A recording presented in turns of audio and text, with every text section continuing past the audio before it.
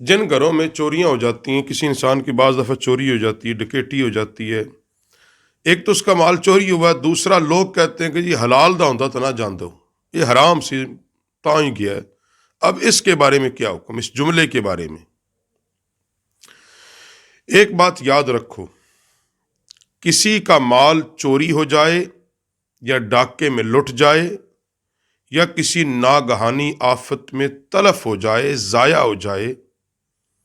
یہ قطعاً اس امر کی دلیل نہیں کہ خدا نخواستہ یہ مال حلال کا نہیں تھا۔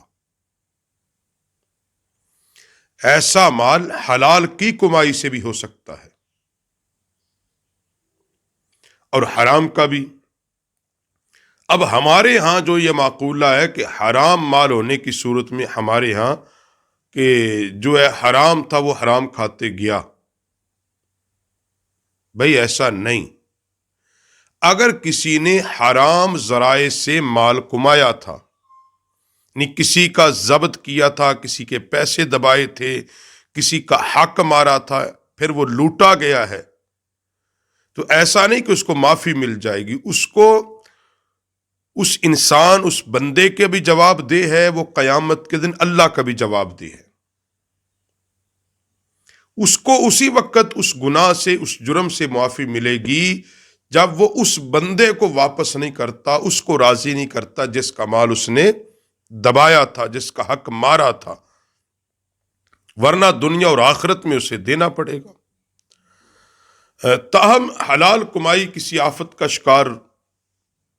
ہو جائے، چوری ہو جائے، تو اس کو انسان اللہ کی آزمائش اور امتحان سمجھنا چاہیے۔ بس یہ صبر کرے، یہ ہو سکتا ہے یہ اللہ کی طرف سے کوئی مجھ پر آزمائش آئی ہو، کیونکہ قرآن پاک میں اللہ فرماتا ہے وَلَا نَبْلُوَنَّكُمْ بِشَيْءٍ مِّنَ الْخَوْفِ وَالْجُوعِ وَنَقْصٍ مِّنَ الْأَمْوَالِ وَالْأَنفُسِ وَالثَّمَرَاتِ وَبَشِّرِ الصَّابِرِينَ۔ اللہ تم کو ضرور بھی ضرور آزمائے گا، خوف سے، بھوک سے،